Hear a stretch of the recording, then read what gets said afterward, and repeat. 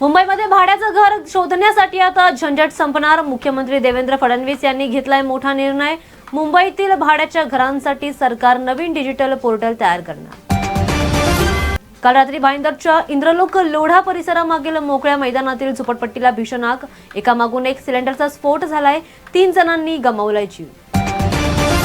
अवैध विक्री रोखण्यासाठी बीएमसीचा मोठा प्लॅन। एप्रिल अखेरपर्यंत 10,000 पेक्षा अधिक परवानाधारक फेरीवाल्यांसाठी QR कोड जारी केला जातोय। नागरिक स्कॅन करून लगेच खऱ्या विक्रेत्याची ओळख करू शकतील।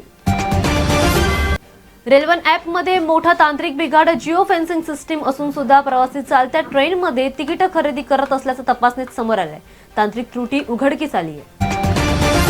नवी मुंबईत ऑटो चालक आणि महिला प्रवासी यांच्यातील वादाचा व्हिडिओ सध्या व्हायरल होतोय। 35 ऐवजी 200 रुपये मागितल्यामुळे वाद निर्माण झालाय। महिलेनं दुसऱ्या ऑटोमध्ये बसण्यास अडवलं गेल्याचा आरोप केलाय। राज्यात तीव्र उष्णतेची लाट। हवामान विभागाने मुंबईसाठी पुढील 5 दिवसांसाठी उष्णता आणि दमटपणाचा येलो अलर्ट जारी केलाय। भांडूपमध्ये दुर्दैवी दुर्घटना। गॅलरी कोसळून 75 वर्षीय शिवसाई कंडेर यांनी गमावलाय जीव। लोखंडी रॉड तुटल्यामुळे घराची गॅलरी अचानक कोसळली। रेल्वे प्रवाशांसाठी मोठी खुशखबर। बँगलोर ते मुंबई दरम्यान वंदे भारत स्लीपर ट्रेनला मंजुरी मिळाली आहे। जलद आणि आरामदायक प्रवास आता लवकरच सुरू होण्याची शक्यता।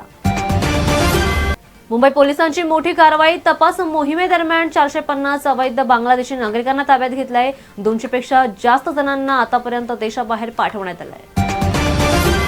मुंबई ठाण्यासाठी मोठी बातमी। भाबलेश्वर ते कुडस वीजवाहिनी सुरू। 3000 मेगावॅट क्षमता आता वाढली आहे। आता ब्लॅकआउटचा धोका राहणार नाहीये।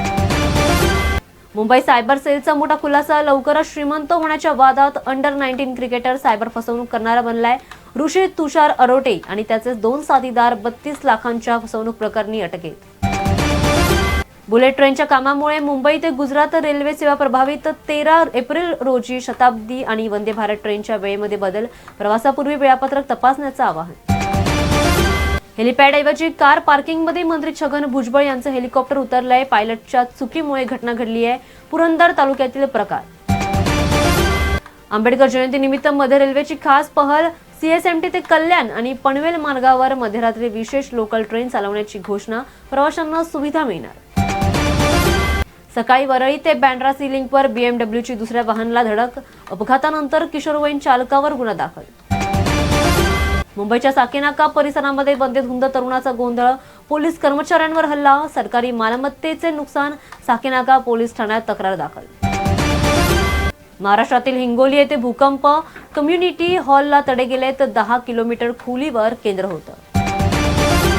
मीरा रोडमध्ये पोलिसांची मोठी छापेमारी। ऑर्किड बारमधून 3 अल्पवयीनसह 16 महिलांची सुटका। प्रकरणात आतापर्यंत 13 जणांना अटक। मालक आणि संचालक फरार। मुंबईत सोने चांदीच्या किमतीमध्ये बदल। 10 ग्रॅम 22 कॅरेट सोन्याची किंमत आता 1,40,100 रुपयांवर झाली आहे। तर चांदी प्रति किलोग्रॅम 2,60,000 रुपयांवर पोहोचली।